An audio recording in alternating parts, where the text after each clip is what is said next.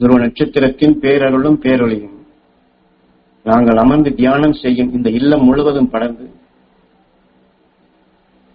இந்த இல்லத்தில் உள்ள தரைகளிலும் சுவர்களிலும் படர்ந்து எங்கள் வீட்டை சுற்றிலும் துருவ நட்சத்திரத்தின் பேரருளும் பேரொளியும் படர்ந்து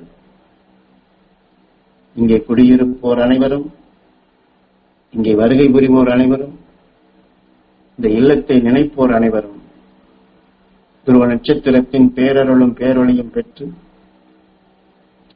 அவர்கள் வாழ்க்கையில் அவர்களை அறியாது சேர்ந்த தீய வினைகள், தாப வினைகள், பாவ வினைகள், பூர்வ ஜென்ம வினைகள் அனைத்தும் அகன்று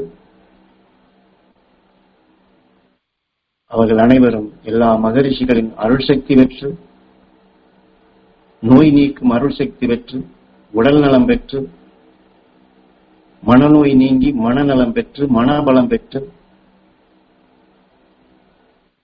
தங்கத்தை போன்று அவருடைய மனம் மங்காத நிலை பெற்று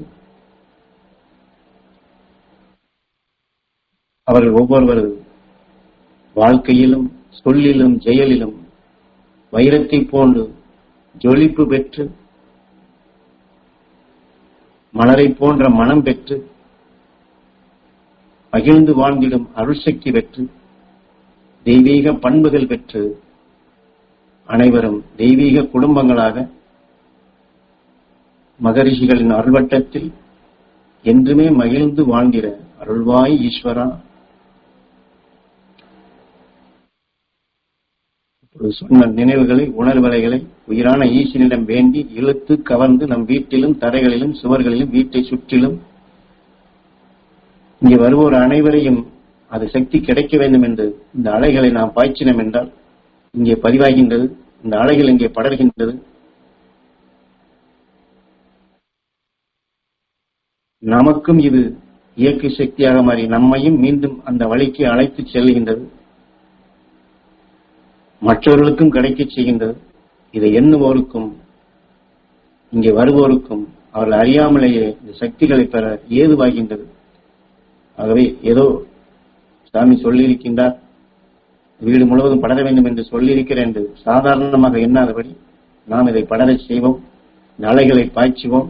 இங்கே அதை நம் உடலில் இருக்கக்கூடிய அணுக்கள் எப்படி ஒளியான அணுக்களாக மாற்றுகின்றன, இதை போன்றுதான் அன்று வாழ்ந்த அகசியன் அமர்ந்த இடத்தில் அந்த விண்ணினுடைய ஆற்றல் எப்படி பதிவாகி அந்த நீர் சக்தி அது எப்படி அவன் இழுத்து கொண்டு வரக்கூடிய ஆற்றலாக அங்கே பதிவானதோ, அவன் நடந்து சென்ற பாத சுவடிகள், அதாவது அகசியன் சென்ற அந்த பாதம் பட்ட இடத்திலே சாதாரண மனிதன் எவனாவது அகசியன் பட்ட பாதத்திலே அவனுடைய பாதம் பட்டிருந்தால் அந்த ஈர்ப்பின் துணை கொண்டு அவனுக்கும் அந்த சக்திகள் கிடைக்கும் என்று. ஏனென்றால் இதையெல்லாம் இயற்கையினுடைய நேவிகள், அனைத்திலுமே காந்த புலன் உண்டு.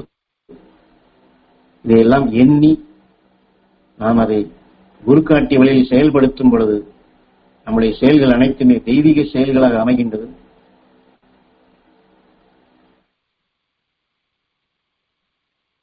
இந்த முறைப்படி நாம் செய்தோம் என்றால் அந்த மகர்ஷியின் அருள்வட்டத்திலேயே நாம் அனைவரையும் வாழச் செய்ய முடியும்.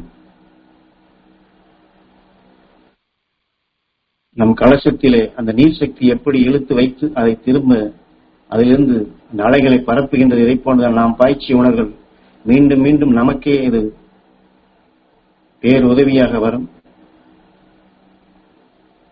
அதை எண்ணி வருவோருக்கும் எண்ணி ஏங்கி பெறுவோருக்கும் எளிதில் அதை பெறச் செய்ய முடியும்.